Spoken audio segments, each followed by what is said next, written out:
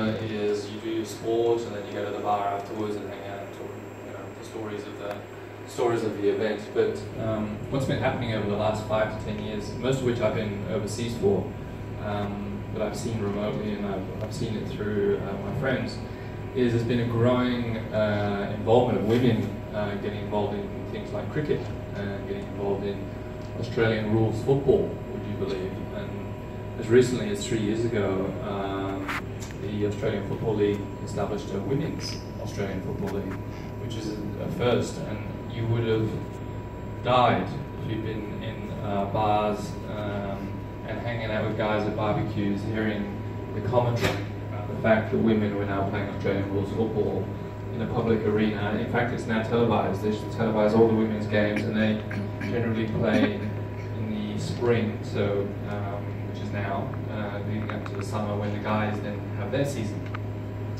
But what stunned me the most was how stereotypical the guys are about the fact that, why would I want to watch women playing Aussie rules? What do they know about kicking the ball straight?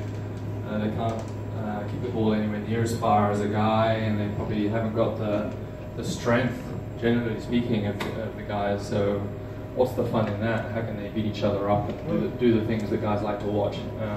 But anyway, I think the tide is turning, and I think the fact that you're seeing the Australian cricket team won the Women's World Cup last year and the year before, and now you're having the ratings on TV of women Australian football actually increasing significantly and really turning that stereotype away. And guys are now in bars watching the women play.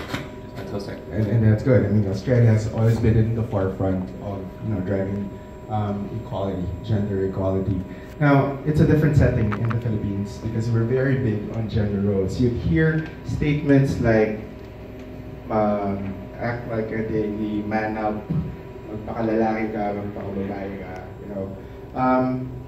Now, I'll focus on Kristen for a bit, especially during your early days in the sports. How did your parents react? I mean, not everyone know what CrossFit is, but if you ask people, they you'd see, oh, it's heavyweight, it's a brutal workout. I imagine your parents were like, they went crazy when they heard you going into the sports. Alright, before I answer your question, I would also want to share my guilty stereotype. Just like Jack and Steve, during driving, I also attribute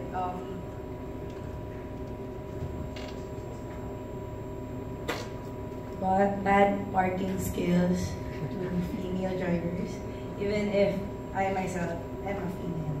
So also, to share you another gender stereotype example, is when a male athlete beats me in a competition or during a workout at a box, I'd say it's because he's a guy. That's why he's stronger than me.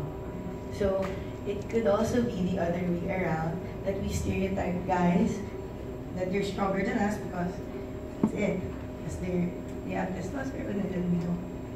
Right. So to answer your question, during my early days of doing CrossFit, my parents, when they found out, they didn't really want me to get too much into the sport because I'd end up getting too muscular.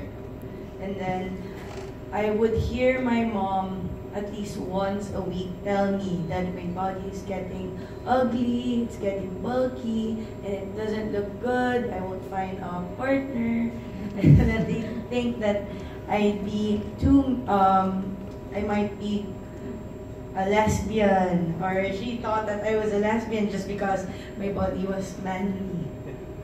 Right? So, and then eventually I had to really understand where she's coming from. She's from a generation where female are being stereotyped to be feminine, be too petite, or mahinhin in Tagalog. But so I shouldn't really be mad at her for telling me those stuff because it's hard to let them understand, given that that's where their generation was Yes, and it's a question for the three of you. Yes, we have been guilty on stereotyping, and you know we've come a long way since, and we always remind ourselves every day. We call ourselves out if ever we do that. But how do you think you can change the mindset of people around gender roles? Probably Steve, you can start in the context of the workplace. How do you do that, and how you advocate equality at work? Yeah, that's a good question. And for me, I've never really overtly gone out of my way to distinguish necessarily on gender or bias in any kind of shape or form. Well before my days at ANZ, you know, my values, deep-rooted values for my family and my upbringing is we should all be equal, and you know, diversity and inclusion is just a way of life for us. So when I come to work, and you described, and we've talked a lot about bringing yourselves to work, I bring myself to work, and I bring those values to work, which is not to really distinguish, and I don't deliberately go out of my way to promote a woman in any different way to I would a guy.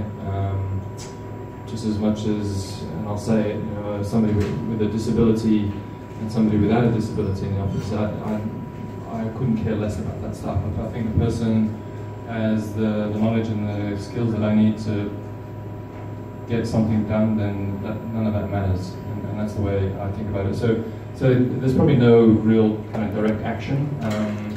We do have, as you'll know, some metrics that we have to follow, and for Kristen's benefit, we have what we call women in management metrics. So we have to keep an eye on the fact that we have a good mix of women and men in management in our ranks, and that's because of a historical reason and perspective where traditionally it was always men in the more senior roles. So we do have targets. I don't think too much about those because here in the Philippines and certainly in China and most of our offshore locations, women seem to dominate the place, which is fantastic.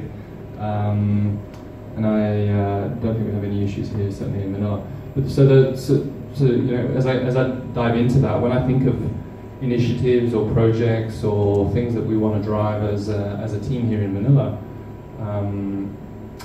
you know, if it's a bunch of guys who show up for the project, or a bunch of girls, or a mixture of both, I really couldn't care less. If I know I have the right people involved, I know we're going to be successful. And we would generally, and the new way of thinking for us, which is about the new ways of working, is about giving others and everyone